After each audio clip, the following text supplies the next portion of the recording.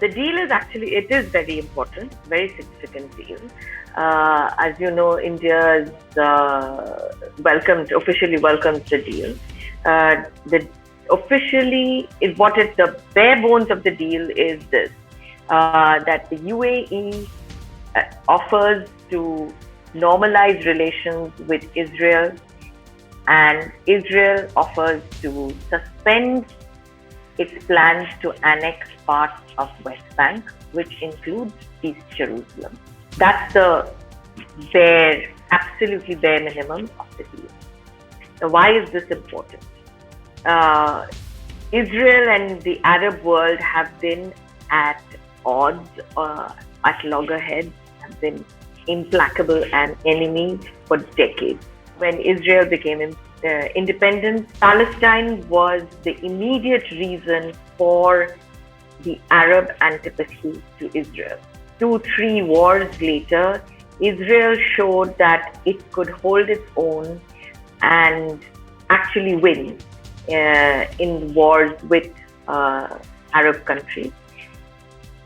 After 1973, Israel signed peace deals with Egypt, with Jordan. But that was it. Through the 80s and the 90s, between oil politics and everything else, the Middle East had one particular pace, shall we say. Things started to change after 2001. 9/11 changed a lot of Middle East reality. 2003 saw the Gulf War, second Gulf War, that put in new fault lines into the Middle East. 2011, when the Arab Spring happened.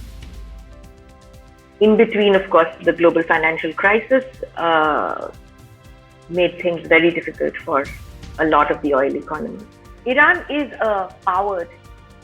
is actually one of the biggest regional powers in and of itself, despite the fact that it has been under sanctions for the last 4 decades or more. Iran, by doing a couple of things, Iran first became the fault lines between Iran and Saudi Arabia and Iran and the Sunni Arab monarchies became a Shia-Sunni sectarian divide.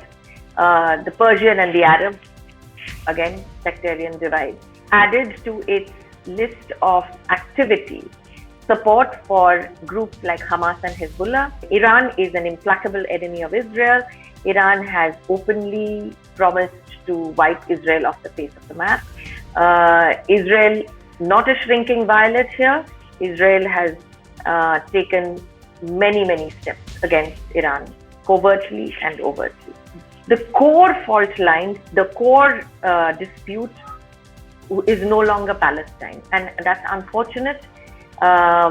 Although I have to say that every player is responsible for the fact that Palestine as an issue has not been solved.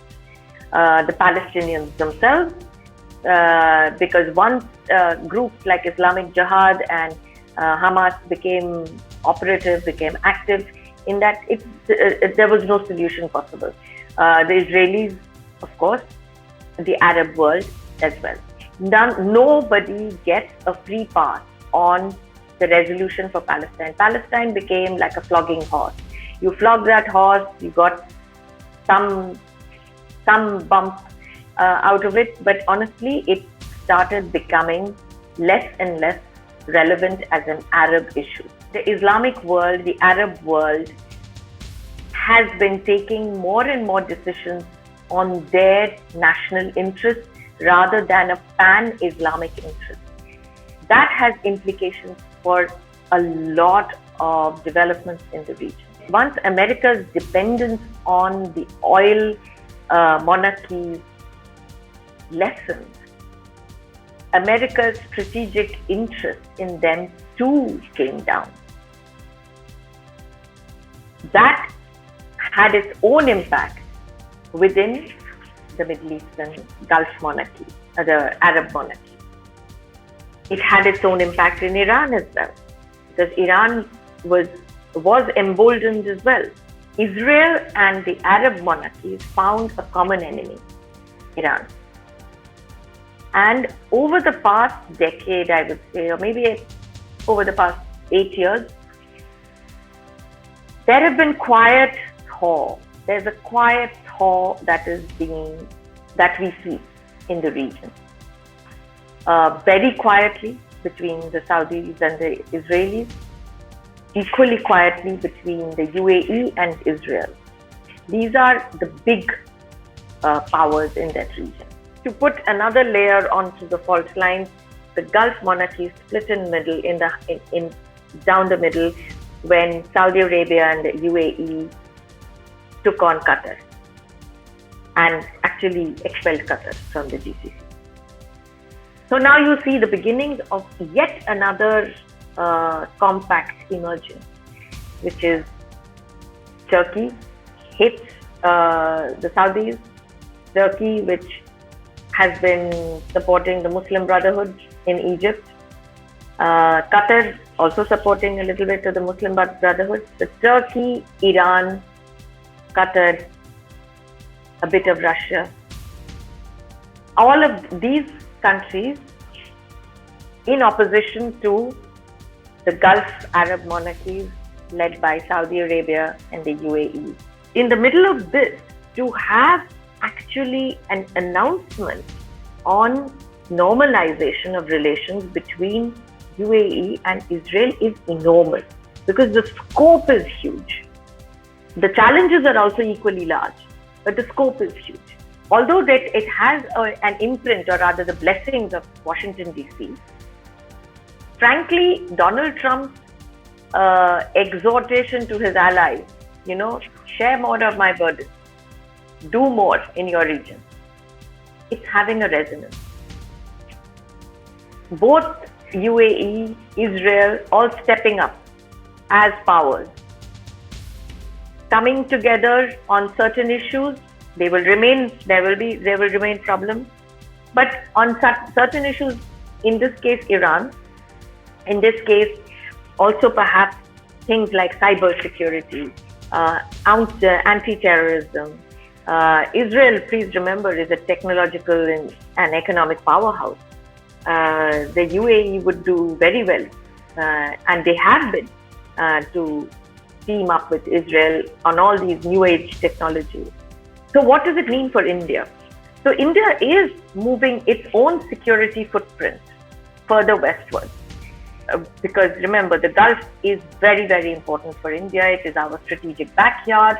It is where we get our energy. It is where we have huge investments coming from there, huge trading relationships, very old trading relationships, and 9 million Indians live and work in the Gulf monarchy. Nothing to sneeze at. However, we also have extremely close relations with Iran. And India has always believed that there can be no sustainable peace or sustainable security framework in this region where Iran is not a part. If the Indian government play their cards well, we should be able, as an honest third party with close ties to both sides, we should be able to pilot a long-term security understanding in the region that keeps everybody at peace.